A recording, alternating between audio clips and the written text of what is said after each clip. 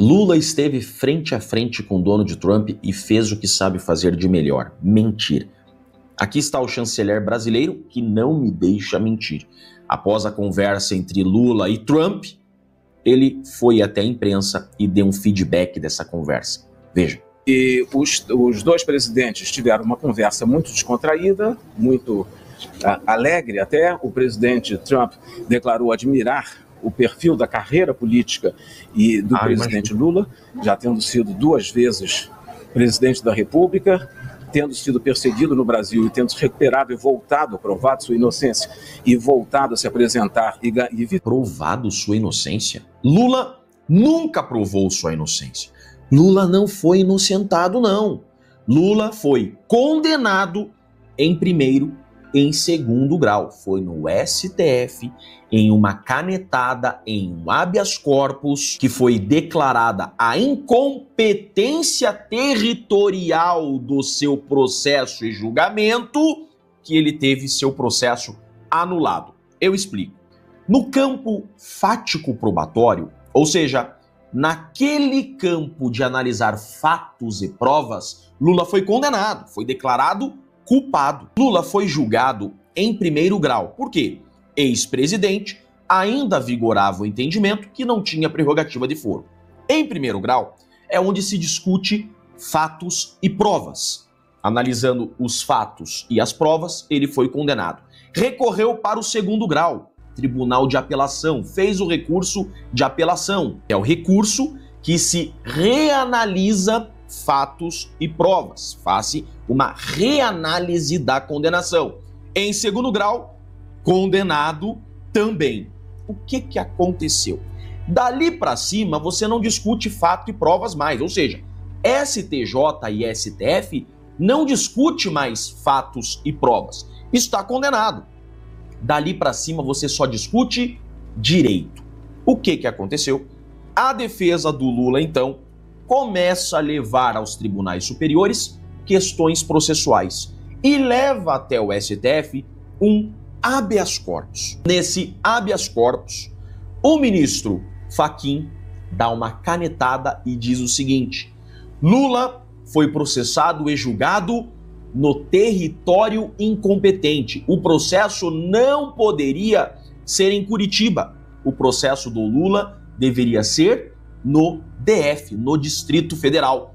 Nulo, anula todo o processo. Foi isso que aconteceu. Então Lula nunca foi declarado inocente.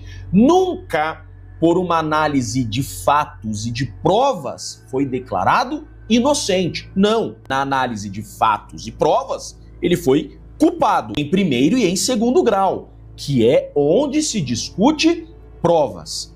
No STF, por uma mudança de CEP, numa canetada, o processo dele foi anulado, com a decisão de que o processo fosse reaberto no território competente, Distrito Federal. Mas em razão da idade do Lula, houve prescrição. Então Lula não foi declarado inocente pela justiça, não. Seu processo foi anulado por incompetência territorial, uma matéria de direito, e, em razão da prescrição, não pôde ser novamente processado. Então, esse aqui foi o primeiro ponto da mentira. E não para por aí.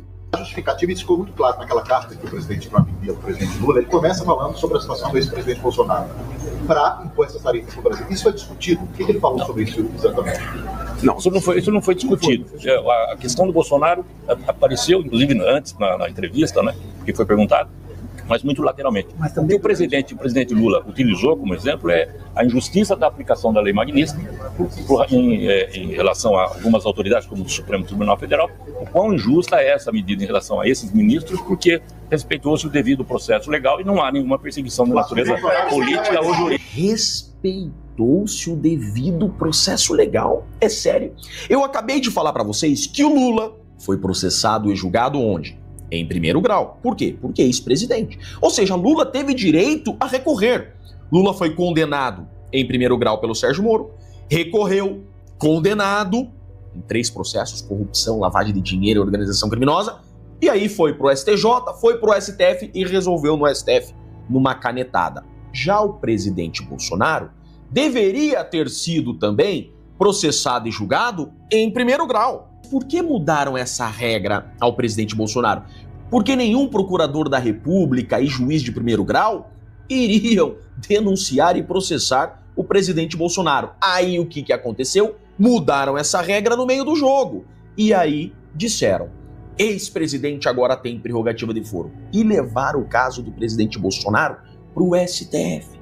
Vejam, isso é devido ao processo legal. Desde 2005, ex-presidente, primeiro grau. E daí tem direito de recursos. Na vez do Bolsonaro, por fato que não constitui crime, sem qualquer prova de crime, né? Já falei muito sobre isso, levam o caso do presidente Bolsonaro para o STF. Ex-presidente, de repente, vai para o STF e começa esse processo no STF. Não bastasse, alteram o regimento interno e mandam esse caso do plenário, que é onde deveria estar, para a primeira turma. E é processado e julgado a toque de caixa em 7 meses, sem direito a recurso. E você quer me falar em devido processo legal? Em um caso que é levado para o STF, alterando uma regra desde 2005, sendo processado e julgado por juízes parciais, juízes interessados na causa, e você quer falar em devido processo legal. Uma grande farsa anunciada, mas todo mundo sabe a verdade.